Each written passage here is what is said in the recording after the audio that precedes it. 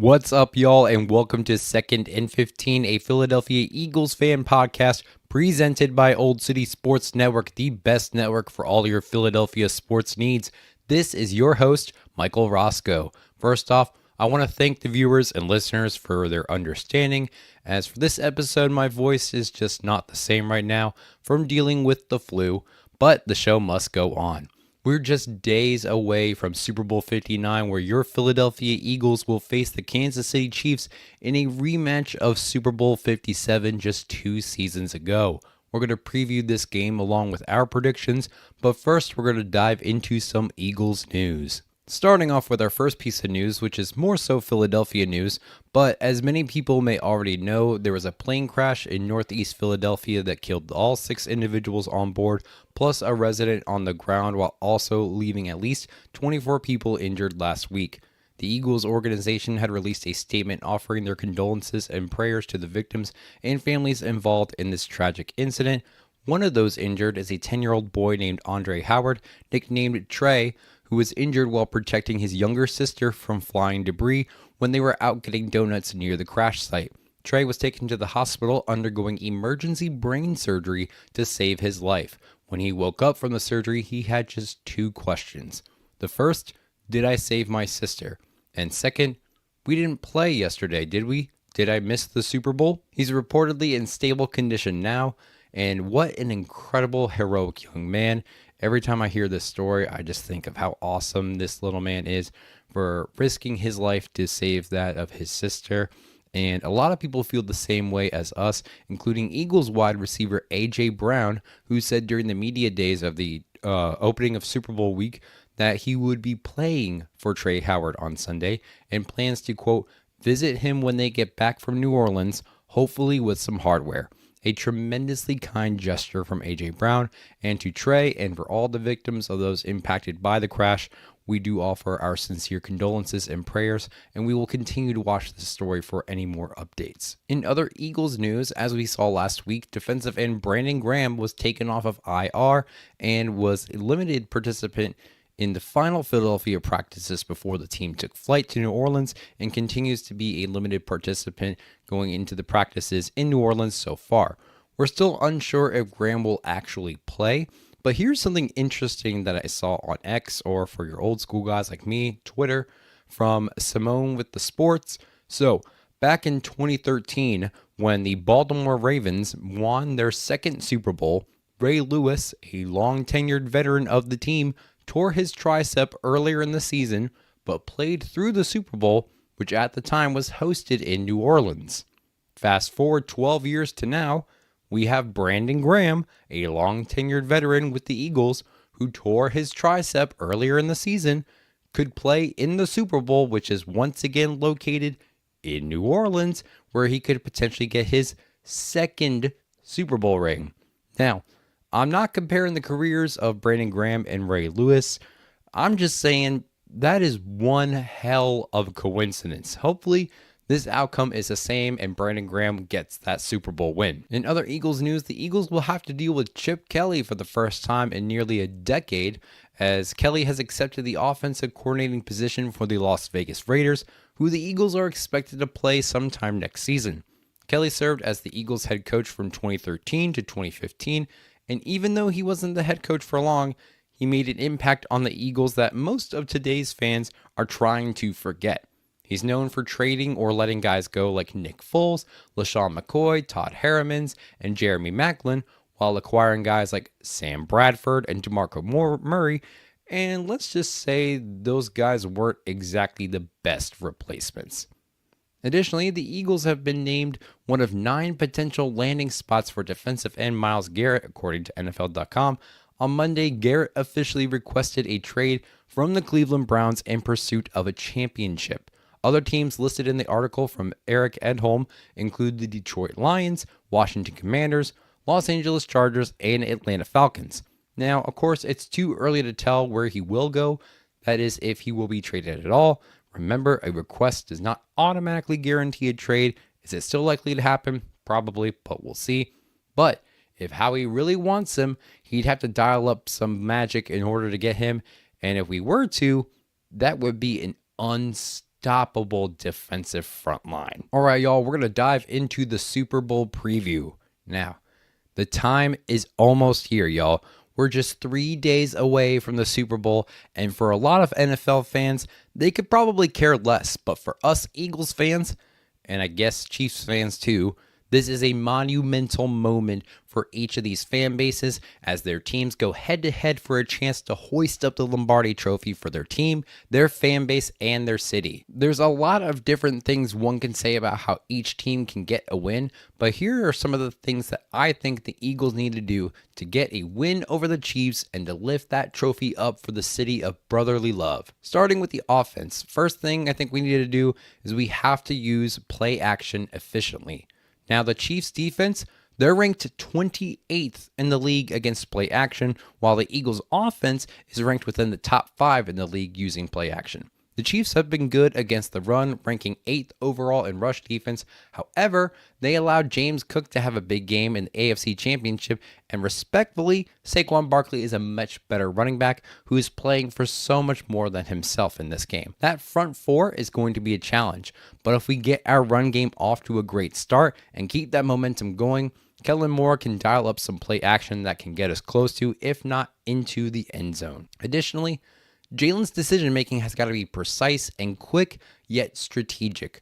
We know Jalen's been very good against the blitz, but Mina Kimes mentions on ESPN that yes, Hurts is good against man blitz, but his numbers are worse against zone blitz, which is something that Steve Spagnuolo loves to do, and hopefully our team already knows that and have been working on that in practice over the past couple of weeks. Jalen's ability to read the defense, especially against the blitz, will need to be on point in order for our offense to get down the field and avoid making mistakes. Essentially, Jalen's got to have to play one of the best games of his career. Next on offense, that passing game.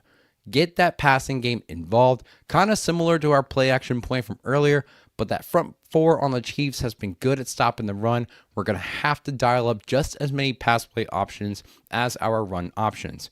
While we are a rushing football team, the Chiefs know that. So they're going to try and stuff the run as much as possible. They are going to have to deal with, is the run going to be by Jalen? Is the run going to be by Saquon? Are we going to do another handoff to like Goddard or Smith that we saw against the Commanders? Regardless, they're going to have trouble against that, but that doesn't mean that they can't stop the run. So we got to keep our options open. The passing game looked good against Washington, especially on that 4th and 5 call with the pass to A.J. Brown. So we got to keep that passing energy going into this game that we had against Washington. Shifting over to the defensive side of the ball, some things I think we got to get done. The biggest thing probably, contain Patrick Mahomes and make him uncomfortable in the pocket. He can be dangerous when he scrambles, especially if he gets into the open field in the middle. While he doesn't rush as much as Jalen Hurts does, nearly 91% of Patrick Mahomes' Super Bowl rushing yards have been off scrambles. Not from quarterback designs, that's not really the Chiefs' forte, that's purely from scrambling. However, we cannot let his ability to scramble allow us to leave parts of the field open just because we think he's going to scramble. This man has made unbelievable passes, a lot of which came from while he has been scrambling. So our biggest thing to avoid this sense of indecisiveness of whether to rush Mahomes or whether to stay in the zone is by containing Patrick Mahomes early, because he does not do well once he's uncomfortable in the pocket. And if he's scrambling, we can force the scramble to the outside to avoid those big yard gains in the middle, because that's where he gets most of his yardage, is by finding open field and scrambling towards the middle. Next, we are going to need Zach Bond to completely shut down Travis Kelce. Kelsey is a very reliable target for Mahomes, targeting him very often, especially on those inside routes towards the middle of the field.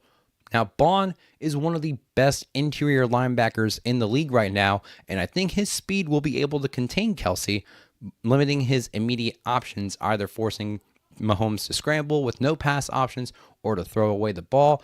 But Bond has basically got to keep Kelsey on his toes and just limit those options completely. Another thing on defense, I say this one a lot, but our defense cannot slow down in the fourth quarter like they have in a lot of other games. They did an excellent job of keeping their energy and momentum throughout the entire game against the Commanders. They'll have to do the same thing against the Chiefs. And here's kind of a weird one that I think we need to be on the lookout for, but be aware of when Juju Smith-Schuster is on the field. Again, maybe a little weird considering he isn't big of a playmaker compared to Xavier Worthy, Travis Kelce, or DeAndre Hopkins. But every now and then, he can have some sneaky good games and tends to be targeted nearly every time that he is on the field on a play. He had 3 catches for 60 yards against the Bills, with his best game being against the Saints, where he went 7 for 8 for targets for 130 yards. So just be on the lookout for Smith-Schuster whenever he steps in, and anticipate that throw is like 90 to 95% of the time going to go to him whenever he's in on a play. Another thing we need to keep doing on defense is don't steer away from what's been working with our front line. There may be some pressure to rush an extra man because of Mahomes' scrambling abilities or his ability to make a pass out of nothing, but our ability to be successful with rushing just 4 has been great. And against a good passing quarterback like Pat Mahomes, we want to eliminate as many pass options as possible. And having 7 personnel versus 6 back there will be able to help us do that. 3 out of the 4 touchdowns from the Chiefs in Super Bowl 57 were through the air. So shutting down Mahomes in that pass game will be an essential component for us to get a victory. All right, now before we end the episode with our predictions, I want to say this from an overall team perspective of how the Eagles can get the win. Overall, they need to play complete, clean, and intelligent football. For the Chiefs, they've been here before and often. On Super Bowl opening night, they're out here walking across the stage and field with ass loads of confidence. They're loud and riling up the crowd, and with a lot of the fan base, media, and maybe even some players, who knows, they're acting like they're already got the job done. The Eagles looked locked the fuck in, and that's exactly how they need to be leading up to and throughout the whole game. For a lot of our guys, they're either seeking revenge and have that on their mind, or they're having an overwhelming sense of excitement of being in their first Super Bowl. And both of those feelings are extremely valid. However, they must not allow them to cloud their judgment. The Birds have been doing what they've been doing all season long, putting heart, soul, blood, sweat, and tears from the opening kickoff to the final whistle. And they just got to do it one more time this season. This game, the Birds got a lot to play for. For Saquon, it's a career resurgence and a chance to finally get a Super Bowl ring after a record-breaking year. For Jalen Hurts, it's proving that he's an elite quarterback that deserves respect. For the team, it's about revenge from Super Bowl 57 and for overcoming adversity from the collapse of the 2023 season and silencing all of those who doubt them. For the city of Philadelphia, it's about bringing another Lombardi back to the city of brotherly love, a city that believes wholeheartedly in and unapologetically loves this team. Our team comes into this game as a 1.5 underdog, but we all know what happens when the Birds are considered underdogs. Hungry dogs run faster. All right, our predictions. So with this game, I think it's going to be a 1-score game. An all too familiar scene for the Kansas City Chiefs, as most of their games have come down to a 1-score game. However, this time, they will be on the other side of those outcomes, as I'm predicting a 1-score difference in a 30-23 win for the Philadelphia Eagles to take home the Lombardi Trophy. I'm predicting that Jalen Hurts is going to have 1 touchdown on the ground. Saquon will have 1 touchdown on the ground and 1 in the air. and A.J. Brown will have a touchdown of his own. All right, y'all, that's it for this week's episode. Thank you all for joining us. Don't forget to like, subscribe, or follow on YouTube, X, Instagram, Facebook, and TikTok by searching at 2nd and 15 or by the full name 2nd and 15, a Philadelphia Eagles fan podcast. You can also find the audio for each and every single episode releasing Thursday mornings on Spotify, Apple Podcasts, Amazon Music, Player FM, or wherever you get your podcasts. This episode, 2nd and 15, and Old City Sports Network are sponsored by Righteous Felon Craft Jerky. Use promo code OCSN for 15% off the best jerky around. They got some awesome flavors like Darth Garlic, Soul Survivor, OG Hickory, Teriyaki Balboa, and more. Any orders over $50 will get free shipping. We're also brought to you by Warlord Beard Oil. Use promo code OLDSPORTS, all caps, for 15% off your beard oils, washes, and many other products at warlordbeardoil.com for all your beard care needs. Orders over $75 will receive free shipping.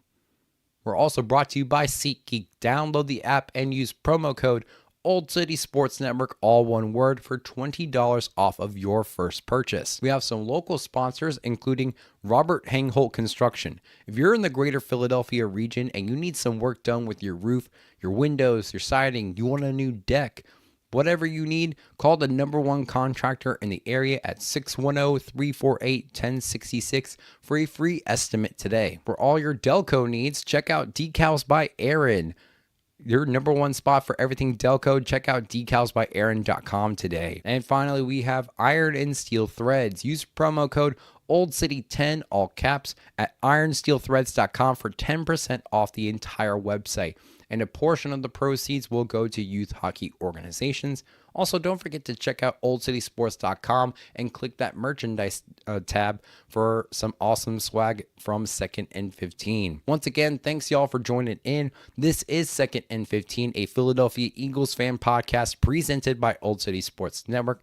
Thank you so much for all the support and love you've given to the show over these past couple of seasons. We've got one more game to go, y'all. Let's get ready for Super Bowl 59, which will air this Sunday, February 9th at 6:30 p.m. Eastern Time on Fox. Have a safe and fun Super Bowl weekend. Don't forget to stay fly like an eagle, and as always, go Birds.